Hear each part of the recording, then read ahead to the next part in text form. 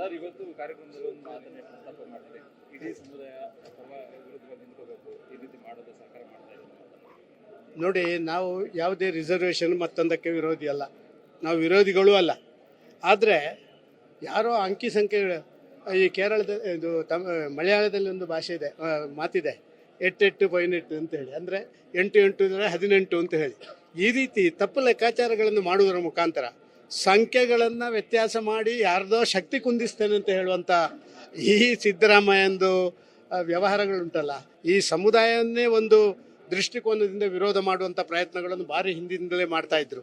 ಈಗಂತೂ ಕಾಂಪಿಟೇಟರು ನನ್ನ ಪಾರ್ಟಿಯಲ್ಲೇ ಒಬ್ಬ ಇದ್ದಾನೆ ಅಂತ ಅದನ್ನೂ ಮಾಡ್ತಾ ಇದ್ದಾರೆ. ಆದರೆ ಯಾವುದೋ ನಿಮ್ಮ ವೈಯಕ್ತಿಕ ಪ್ರತಿಷ್ಠೆಗಾಗಿ ಇಡೀ ಸಮುದಾಯವನ್ನು ಯಾಕೆ ಬಲಿ ಕೊಡ್ತೀರಾ? ವೈಜ್ಞಾನಿಕವಾಗಿ ಲೆಕ್ಕಾಚಾರ ಆಗಿಲ್ಲ, ಇದು ಸೈಂಟಿಫಿಕ್ ಆಗಿ ಇದು ಆಗಬೇಕು ಅಂತ ಹೇಳುವಂಥದ್ದನ್ನು ಭಾರಿ ದಿನಗಳಿಂದ ಇಡೀ ಊರಿಡೀ ಹೇಳ್ತದೆ, ಲೋಕ ಇಡೀ ಹೇಳ್ತದೆ.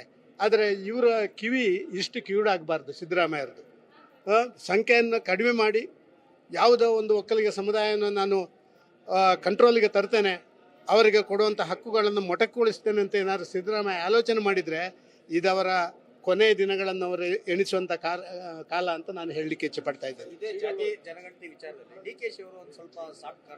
ನೋಡಿ, ನಾನು ಇನ್ನೊಬ್ಬರ ಬಗ್ಗೆ ಮಾತಾಡಲ್ಲ. ನನಗೆ ನನ್ನ ಹತ್ರ ಬಂದಂಥ ನನ್ನ ಸಮುದಾಯದ ಬೇರೆ ಬೇರೆ ಜನರುಗಳ ಬಗ್ಗೆ, ಇವತ್ತು ಇಲ್ಲಿ ಬಂದಾಗ ಸಿಕ್ಕಿದವರ ಸಂಗತಿಗಳ ಬಗ್ಗೆ, ಆ ಕಾಂತರಾಜು ವರದಿ ಅದು ಸೈಂಟಿಫಿಕ್ ಆಗಿ ಆಗಲಿಲ್ಲ ಅಂತ ಹೇಳೋದಕ್ಕೆ ನಾನು ಸಾಧಾರಣ ಕನಿಷ್ಠ 2,000 ಜನರನ್ನು ಕೇಳಿದ್ದೀನಿ. 2,000 ಜನರಲ್ಲಿ ಎಲ್ಲ 50 ಜನ ಹೌದಪ್ಪ ನಮ್ಮಲ್ಲಿಗೆ ಯಾರೋ ಬಂದಿದ್ರು ಅಂತ, ಅದು ಕೂಡ ಯಾರೋ ಬಂದಿದ್ರು, ಬಾಕಿ ಅವರು ಮನೆಗೆ ಹೋಗಲಿಲ್ಲ. ಇವರು ಕೂತ್ಕೊಂಡೆ ಏನೋ ಸಿನಿಮಾ ನೋಡಿದ್ರ, ಇಲ್ಲಿ ಎಲ್ಲರ ಮನೆಗೆ ಹೋಗಿದ್ದೇವೆ, ಭೇಟಿ ಕೊಟ್ಟಿದ್ದೇವೆ ಅಂತ ಸಿದ್ದರಾಮಯ್ಯ ಅಹಂಕಾರದ ತುದಿಗೆ ತಲುಪಿಬಿಟ್ಟಿದ್ದಾರೆ ಸಿದ್ದರಾಮಯ್ಯರು.